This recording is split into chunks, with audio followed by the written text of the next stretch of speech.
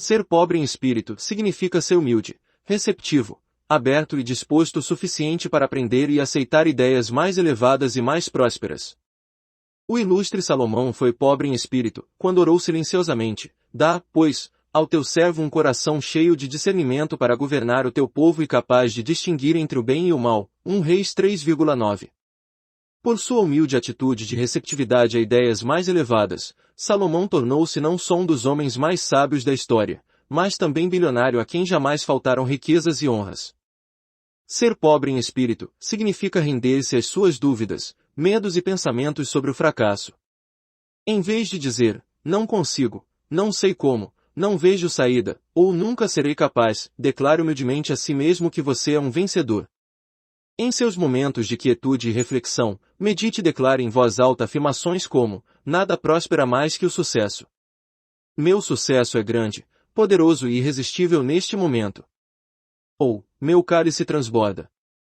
Ou ainda, grandes melhorias surgem rapidamente em diversos níveis de minha vida neste momento. Todos os dias, de todas as formas, tudo tem melhorado a cada dia. A marca do sucesso está sobre mim. Como um empresário do Texas prosperou. Um empresário do Texas tinha um escritório vago em sua revendedora que não conseguia alugar. Por pressões financeiras, a questão começou a preocupá-lo, mas ele decidiu se render às suas dúvidas e temores, orando humildemente por orientação sobre o assunto. Algum tempo depois, um amigo apresentou-lhe o poder do pensamento positivo. Aprendeu que bons resultados são obtidos através de pensamentos de abundância e sucesso, e não pela insistência em se fixar em todos os problemas financeiros da vida.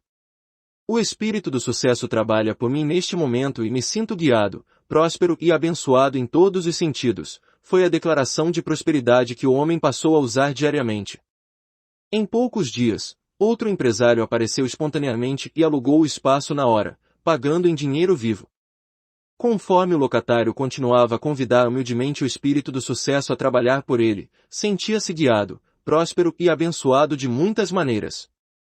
Uma nova vida o esperava. A segunda bem-aventurança próspera, a lei básica da prosperidade diz que o homem deve considerar Deus como fonte de suas provisões. Bem-aventurados os que choram, pois serão consolados. Mateus 5,4. A lamentação literal, devido ao grande número de guerras, revoluções e perseguições no Oriente, as lamentações eram muito comuns. Os que interpretam a Bíblia de maneira literal normalmente indicam que tais passagens são razão suficiente para que o povo se lamente e entristeça, especialmente se algum ente querido tenha partido do plano terrestre. O luto, até certo ponto, é considerado saudável para a mente, além de um alívio emocional necessário. Um pai amoroso conforta os que o procuram nesse momento. Entretanto, a pessoa que vive se lamentando, imaginando ser isso o que dela se espera, pode retardar o processo de cura e de alívio que o tempo de transição exige. Nessa hora, é importante declararmos nosso desprendimento em relação à alma que partiu, bem como de toda a ligação que mantínhamos com ela, liberto-o completa e livremente, nome da pessoa. Liberto e deixo-o partir. Sigo em frente e deixo que Deus realize sua obra perfeita para o bem de todos nessa experiência. Essa atitude derrama bênção sobre quem se foi e torna mais fáceis as adaptações de quem ficou. A lamentação metafísica, testes e sofrimentos podem ser benéficos quando nos fazem buscar ajuda em Deus. Abençoados aqueles que conhecem a dor e decidem aprender com ela. O primeiro instinto é de nos rebelarmos contra ela, mas a dor nos faz melhorar, mexe conosco e nos faz crescer. Durante o processo de crescimento interno, que pode ser doloroso, somos consolados. Do ponto de vista da prosperidade, vivemos uma espécie de luto quando problemas financeiros nos fazem buscar orientações e provisões em Deus. Crises e aflições são normalmente muito úteis, pois muitas pessoas não se preocupam em conhecer a verdade próspera até que são levadas a tal através de experiências ruins. Uma mulher divorciada, sem dinheiro, mais de 4 anos atrás, tomei uma decisão que envolvia um relacionamento com um homem doente, meu ex-marido. A situação fez com que eu constantemente me retirasse para orar, meditar e praticar realmente o amor de Deus. Saí dessa experiência grata por ter vivido tantas bênçãos de onde anteriormente só havia recebido sofrimento. Como consequência, cresci espiritualmente e me tornei mais sábia. Com a nossa separação, realizada de forma pacífica e harmônica graças às minhas orações, fiquei totalmente desamparada financeiramente.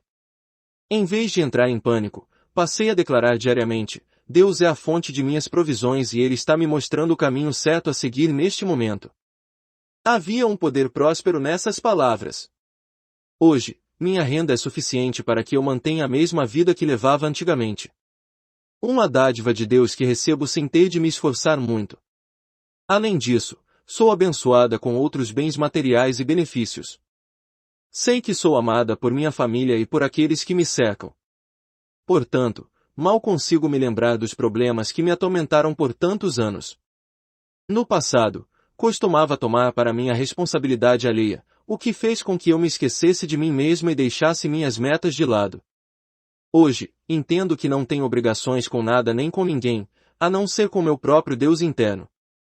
Tais experiências serviram para me convencer de que Deus é um Pai rico e amoroso que derrama suas bênçãos sobre aqueles que abrem a mente para recebê-las. Se mais pessoas reconhecessem Deus como a fonte de suas provisões e mantivessem pensamentos de abundância não somente para elas mesmas, mas também para quem as cerca, nunca mais precisariam se preocupar com dinheiro. Aquilo que desejamos para os outros vem em nossa direção. Por experiência própria, percebi que esse é um método maravilhoso para transformar o sofrimento em bênçãos. A terceira bem-aventurança próspera, o poder próspero do perdão e do desprendimento. 3. Os humildes não são fracos quando ousam perdoar e libertar as mágoas do passado, com isso, abrem caminho para receber bens ainda maiores no presente.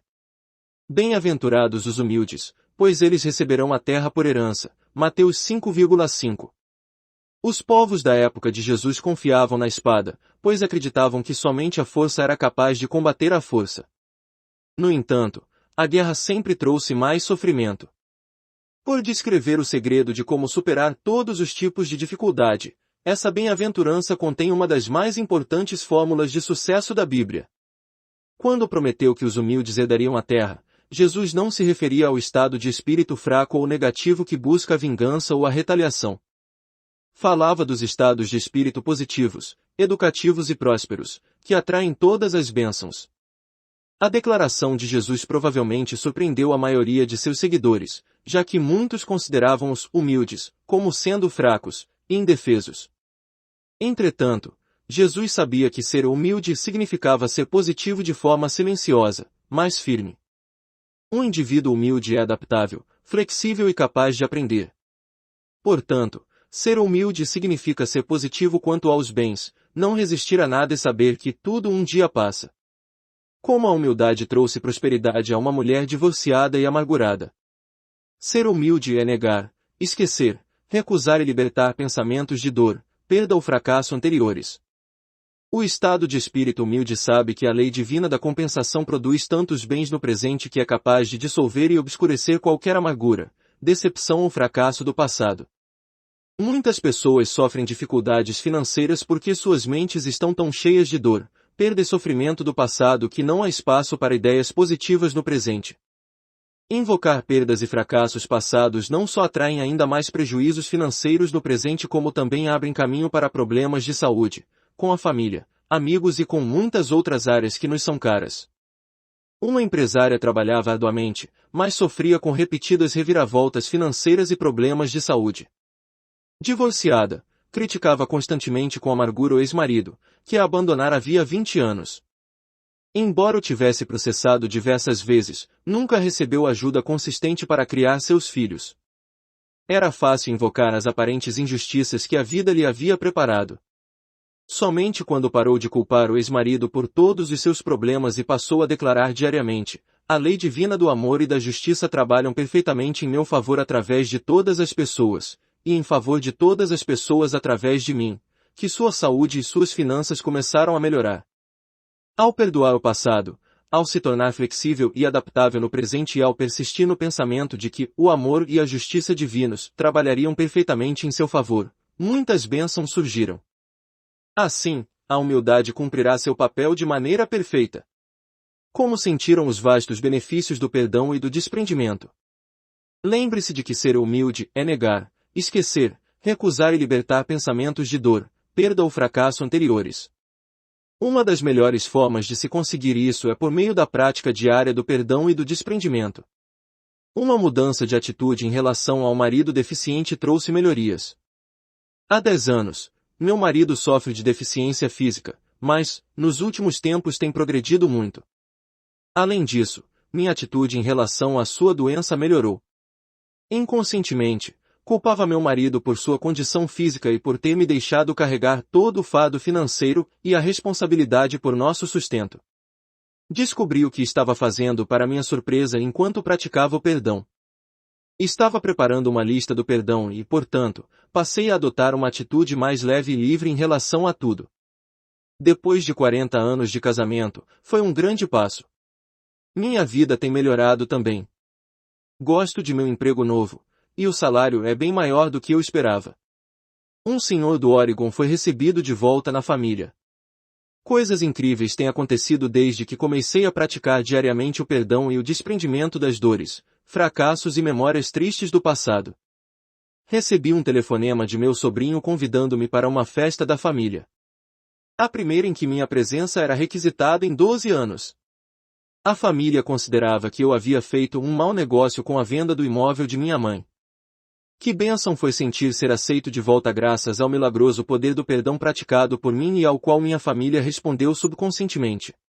Um empresário australiano saiu da depressão para encontrar prosperidade.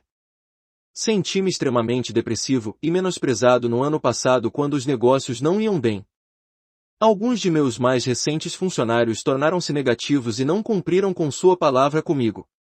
Todo o meu futuro parecia ameaçado até que me lembrei de usar palavras de desprendimento diariamente. Descarrego neste momento todo o peso. Abandono todo o excesso, todos os fardos. Liberto-me e deixo que Deus me mostre o caminho. Depois que passei a praticar o desprendimento dessa maneira, vi o drama de minha vida passar sem preocupações. Era como assistir a um filme.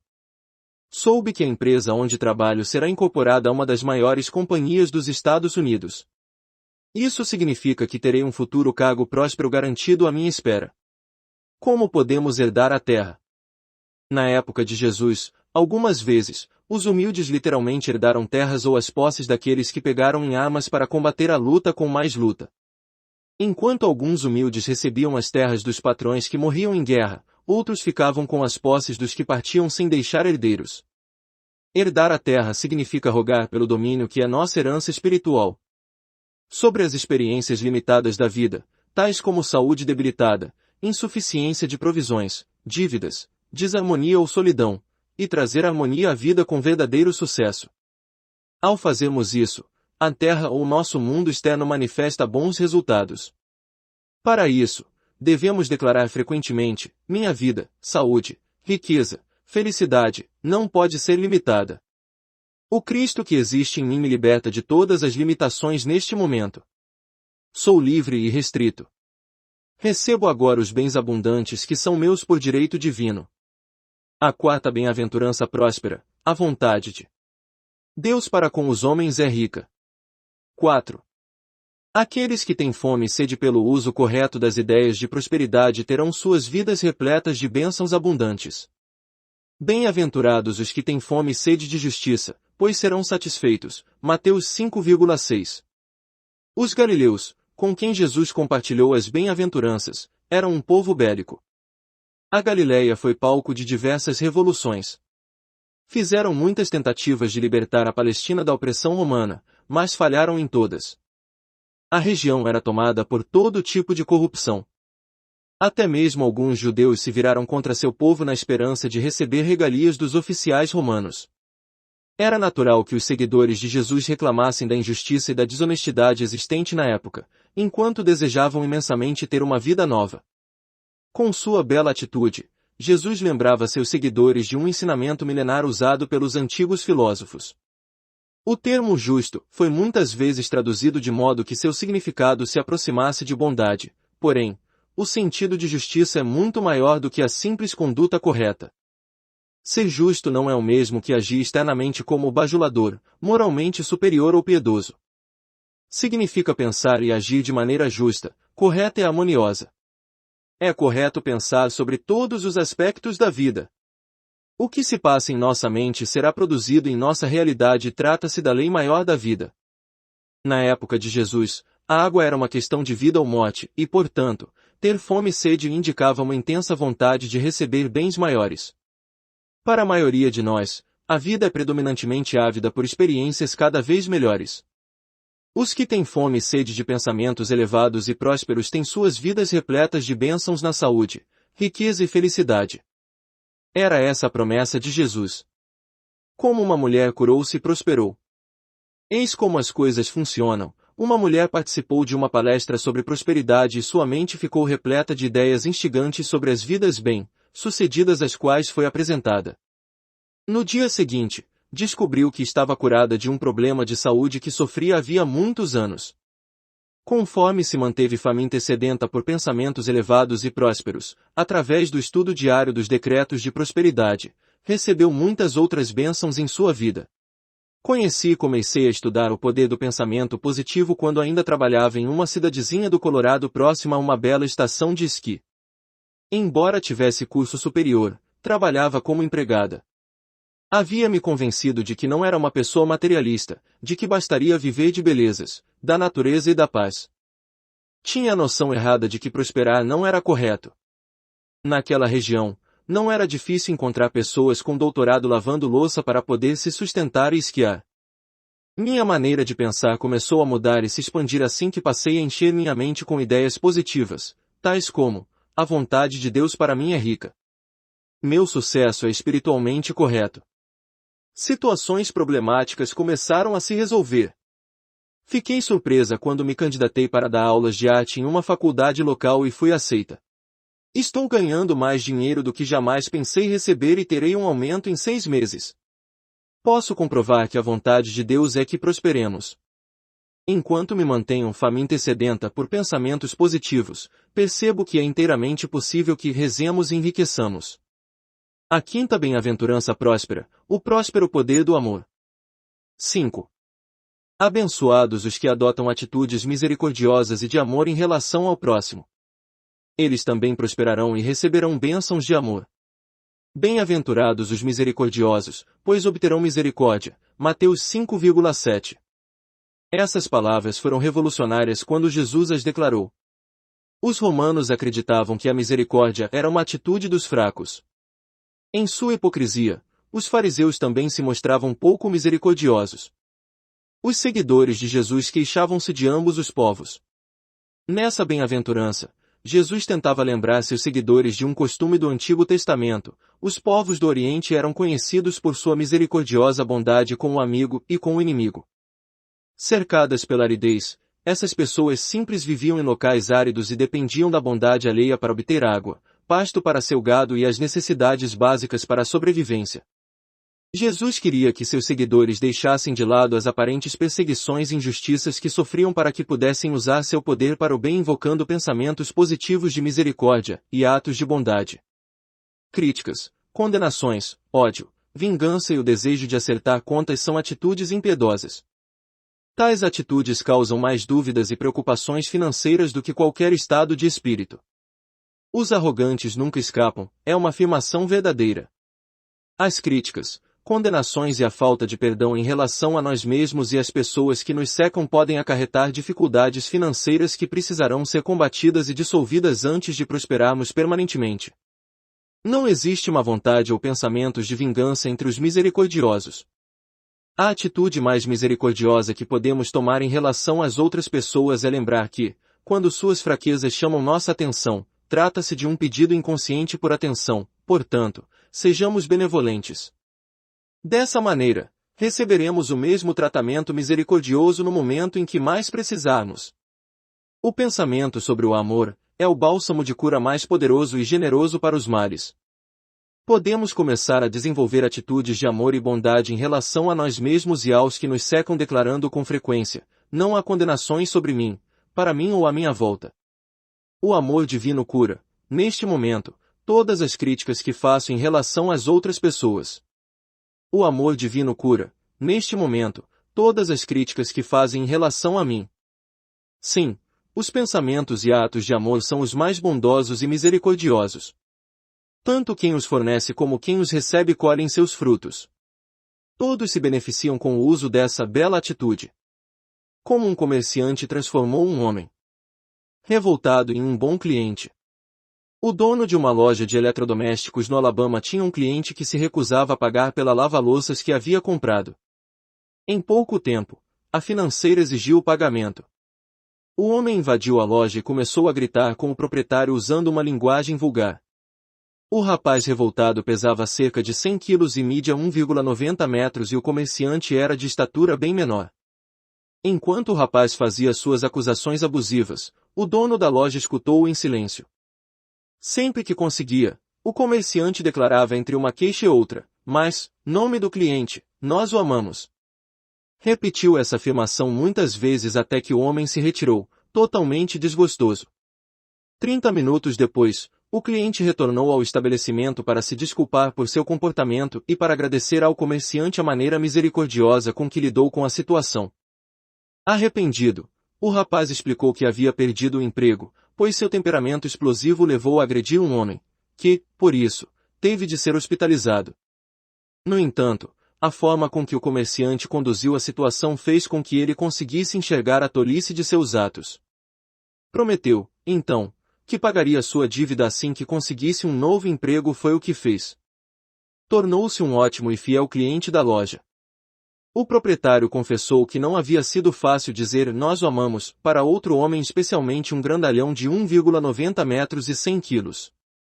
Mas os resultados fizeram valer a pena. Como um advogado obteve 2 bons casos. Ao fazer uma arrumação em seus livros no final do ano, um advogado encontrou 2 grandes contratos que ainda não haviam sido pagos.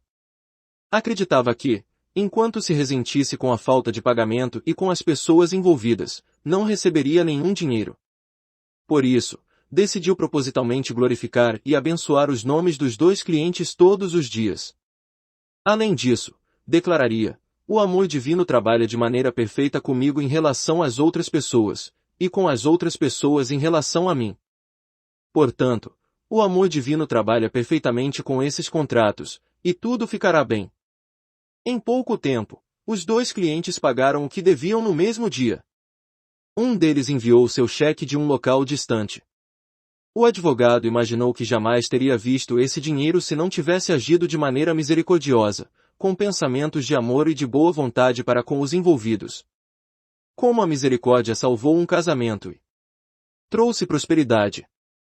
Uma dona de casa da Flórida escreveu: aos 56 anos de idade e sendo judia, sinto-me finalmente confortável em poder aliviar os fardos que carreguei e em saber que Deus está do meu lado. Uma vizinha apresentou-me o misericordioso poder do amor numa época em que meus problemas beiravam o inacreditável. Passei então a declarar diariamente, o amor divino tem trabalhado perfeitamente aqui e agora, e tudo ficará bem. O amor divino certamente fez seu trabalho. Essa afirmação, proferida por mim milhares de vezes em relação à minha própria vida e à vida de outras pessoas envolvidas, preservou minha sanidade. Além disso, pude salvar meu casamento de 34 anos e meu marido prosperou em seus negócios. Ser mais benevolente e preencher minhas palavras com amor foram atitudes que me ajudaram a não mais chamar meu companheiro de rabugento, e a compreender melhor suas necessidades. Nem mesmo uma máquina seria capaz de contar todas as vezes que as atitudes misericordiosas e de amor me ajudaram. A 6ª bem-aventurança próspera. Poder próspero das imagens. 6. Abençoados os que são puros de coração e que sempre imaginam o sucesso em suas experiências. Ao imaginar os bens de Deus, conhecerão a verdadeira abundância de paz, saúde e plenitude. Bem-aventurados os puros de coração, pois verão a Deus. Mateus 5,8. Na época de Jesus, como agora, as pessoas muitas vezes atentavam para as deficiências umas das outras ao invés de observar o que cada ser humano trazia de bom. Devido ao ressentimento em relação ao domínio estrangeiro, muitos na Palestina não eram capazes de ver Deus, ou seus bens no dia a dia. Suas mentes eram tão repletas de ódio para com os inimigos que a única coisa que enxergavam era um passado obscuro e sem esperanças. Nessa bem-aventurança, Jesus ensina que o segredo para acabar com males de qualquer espécie e doenças, desarmonia, pobreza e limitações de todos os tipos é libertar-se do ressentimento, ódio ou condenações que tenhamos em relação aos outros e procurar deliberadamente os bens de Deus onde quer que seja. Sendo Deus a soma de todos os bens, ver Deus é o mesmo que ver os bens, em cada nível da vida. Os puros de coração nunca sequer imaginariam machucar uma pessoa. Eles pensam, sentem, falam e esperam somente os bens resultantes de suas experiências. Declaro que esse seja positivo, já que apenas o bem poderá sair dele. Ao se manterem firmes nessa convicção, os puros de coração fazem acontecer. A pureza, no Novo Testamento, sempre incluiu o conceito de simplicidade do propósito. Ser puro de coração significava ser puro de mente. Para atingir esse estado e poder ver os bens de Deus, deve-se usar o imaginativo poder da mente, antevendo somente sucesso para qualquer situação ou empreitada, especificando as metas de um indivíduo quanto ao que deseja experimentar da vida, contemplando bens maiores sendo extraídos das vidas de outras pessoas. Como prosperaram por meio de imagens. Um homem terminou a faculdade e se tornou redator de TV na Califórnia. Comecei a estudar formalmente o pensamento espiritual há muitos anos e descobri que um desejo forte, e a constante visão de sua concretização, sempre se realiza. Quando me tornei puro de coração, imaginando deliberadamente as metas que gostaria de alcançar, o processo ajudou-me a entrar para a faculdade e formar-me como redator e me conduziu até a casa onde desejava morar. Conforme continuava a ver Deus, tendo em mente apenas os bens que almejava, eles se concretizavam. Hoje, realizo o antigo sonho de escrever para a televisão. Uma viúva mudou sua renda de 2 centavos para $200. Por ter passado um longo período sofrendo com problemas de saúde, cheguei ao ponto de não ter o bastante para me alimentar. Então, lembrei-me do fantástico poder de imaginarmos nossos bens. Naquele momento, tinha apenas 2 centavos na carteira e exatamente $1 em minha conta no banco. Peguei aquelas 2 moedas, abençoei-as com palavras de melhoria, imaginei que se multiplicavam e agradeci pelos resultados que seriam imediatos. 3 horas mais tarde, havia $110 em minha carteira e uma dívida de $179 foi perdoada. Em seguida, recebi outros 100, totalizando mais de $200 em minhas reservas. Evidentemente, era necessário que eu passasse por essa lição de prosperidade para meu próprio crescimento. Dessa forma, percebi com que rapidez o poder da imaginação pode produzir resultados mesmo quando o assunto é a provisão urgente de dinheiro. Uma volta ao mundo em um cruzeiro para uma dona de casa do Arizona. Em seu livro Leis Dinâmicas da Prosperidade, Dra. Ponder relata a história de uma senhora que costumava usar um vestido com estampas de mapas e viagens. Decidi fazer o mesmo. Fiz um vestido cheio de fotos de diversos locais do mundo, e usava-o com frequência. Meu marido e eu acabamos de voltar de um cruzeiro pela América do Sul que foi maravilhoso. Agora, o caminho está aberto para fazermos uma viagem em torno do mundo. A 7ª bem-aventurança próspera, o poder próspero da paz e da bênção. 7. Abençoados os pacificadores, pois o sucesso está sempre acompanhado de paz de espírito. Os pacificadores devem ser chamados de filhos do Senhor, os filhos do bem, pois sua presença sempre traz bênçãos e harmonia. Bem-aventurados os pacificadores, pois serão chamados filhos de Deus, Mateus 5,9. A era de Jesus era tão marcada pela animosidade que os anciãos sentavam-se em locais públicos com o intuito de encerrar disputas e agir como pacificadores. Não existe sequer uma palavra no vocabulário de nenhuma língua mais doce do que o termo paz. Profetas e filósofos há muito sentem que o estado de espírito pacífico seria o único remédio para a cura dos males do mundo desde o fim da pobreza e das doenças até a criação de tratados e acordos para que cessassem as guerras.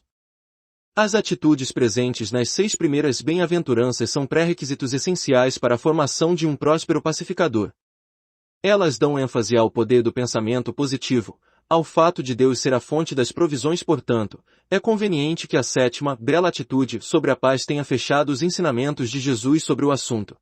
Se você ainda não é inscrito no nosso canal, se inscreva no nosso canal, não deixe de clicar naquele sininho para receber em primeira mão todas as vezes que nós colocarmos um vídeo novo e compartilhe nossos vídeos com seus amigos, tá ok? Então é isso aí, até o próximo vídeo.